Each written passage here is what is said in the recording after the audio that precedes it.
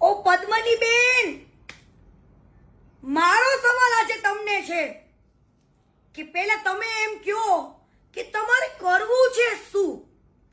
કેમ કે આજે ક્ષત્રિય સમાજના 92 સંકલન સમિતિએ તમને ખુલ્લેઆમ સપોર્ટ કર્યો, મહાસંમેલન કર્યું, છતાં પણ તમને 92 સંકલન સમિતિ પરથી આજે ભરોસો ઉડી ગયો અને તમારા મનમાં ઘણા બધા વિચારો આવી ગયા કે આ લોકો આમ કરી દીધું, ભળી ગયા, મને એકલી મૂકી દીધી.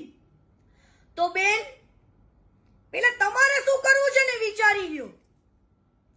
અને માણસ માત્ર ભૂલને પાત્ર હોય, હંમેશા માણસથી જ ભૂલ થાય.